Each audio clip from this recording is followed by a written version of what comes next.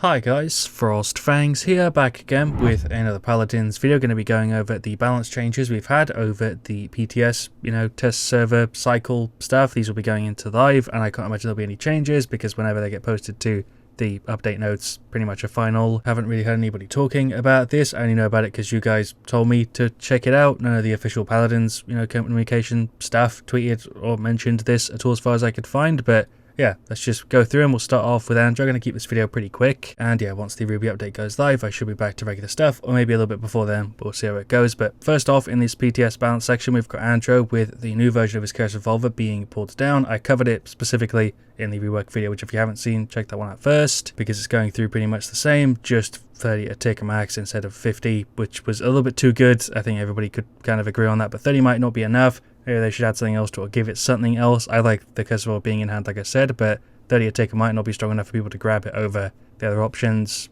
We'll see. Haven't really had a chance to play it, so I can't really judge it too much, because I'm definitely more than delayed with covering a lot of balance stuff and buffs and nerfs and changes and all that. But Bug is next up with Stompground being essentially nerfed to less from where it was on the test server. It was 12%. I think in live it's 15. I mean, it makes sense because it's going to trigger on the limbs instead of kills. I talked about that, I think, in one of the other videos, but going from 12%, I didn't feel like was a terrible nerf to it, but clearly they felt like it was too much, so they're pushing it back up to 14, which is only 1% under where it was, I think, normally. So I don't even know why they didn't just leave it at 15, but okay. But similar to Curse Revolver, didn't really get a chance to play too much on the PTS this time round. It was really, really scuffy, but other reasons as well. And yeah, it's going to 14%, not much I can say about that. Next up is Corvus, really boring buff to Crushing Expectations, which I didn't know until I googled it. It's the name for the card that gives speed on your mark. It was pulled down from 3, which is what it's at in live, to 2.5, and they're just putting it back up, but it's not mentioned here as like a reverted thing, so maybe they did this a while ago, I didn't even notice.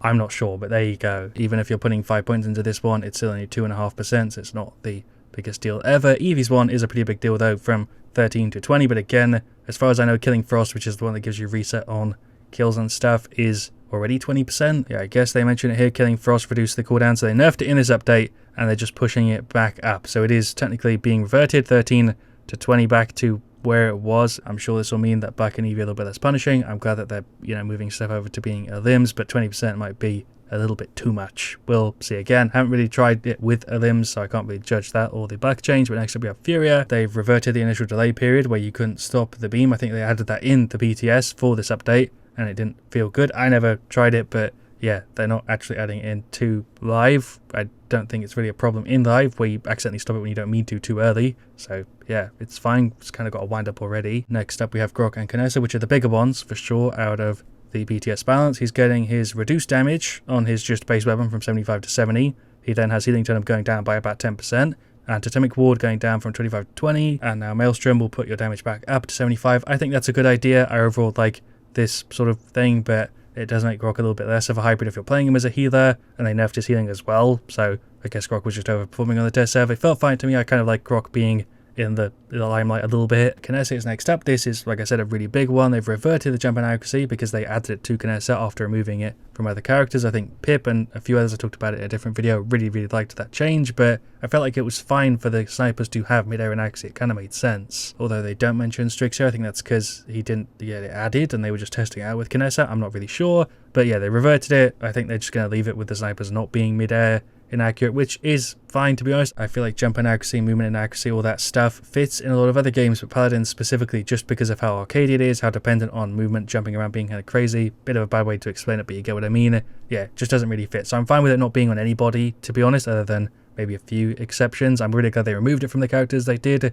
Didn't really mind too much that they were adding it to snipers, but overall, it probably makes sense to not have it at all, other than a few exceptions that I can't think about right now off the top of my head. But they also reverted the pre-fire on Headhunter because I think they added something weird to the ultimate, but they've pulled it back. And then they've also nerfed Power Supply, which is the card that gives you reset on your F from 15 to 30 seconds on the internal timer, which makes sense because it was probably a little bit too good. Then we have a Mccullough, technically a nerf, but actually a buff. They reduced the range from 80 to 75, so it actually fits with the hook range, sort of. It is still a little bit janky, even with it being, reverted so that it makes sense and, how people really wanted. I think the reason this is a big deal and notable is because it really shows that Evil Mojo and the people doing these balance changes listen to the community, and the feedback is actually getting through, because this is a thing I mentioned in the video because so many people have told me that they hated it. The people who play Mccullough a ton, I know you guys are out there somewhere, and yeah, they actually listened and they reverted it, so now the hook sort of lines up with the weapon range and the color of the character outline and all that stuff, although it is still janky because I know sometimes it doesn't actually work,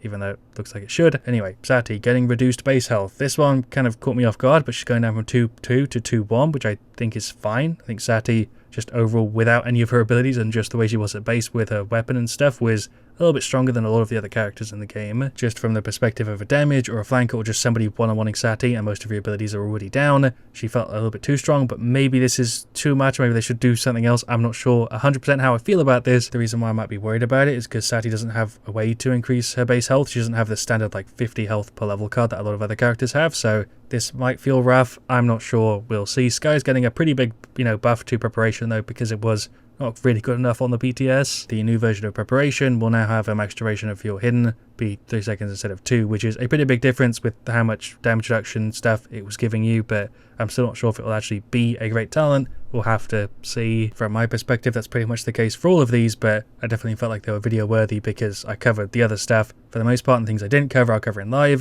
so I really wanted to go over these because I didn't hear enough people talking about them. The last one we have though is Ying with Life Exchange. Didn't actually get to this in a video, but they basically buffed the Life Exchange talent where it would give you what Damber's sort of thing was, where if you miss, you get some of the cooldown off it. It was 3 seconds, they put it down to 2. I think that's probably fine. Honestly, didn't have any of it before, it didn't feel too bad, but just a nice sort of backup little thing. Because I mean, technically if you're a god with Life Exchanging, it doesn't really matter, although because of Paladins scuff, these sort of things are really, really nice. But if you miss, getting some of that cooldown back really reduces how punishing going for something like that is. But yeah, there we go. Those were the PTS balance changes. As far as I know, the update goes out on Wednesday the 29th, so like 3 or 4 days after I put this video up. I hope you have enjoyed it. Let me know, of course, what you want to see me do next. Thank you so much for watching. Leave a like if you enjoyed. I'll see you guys all really, really soon. And as always, stay frosty.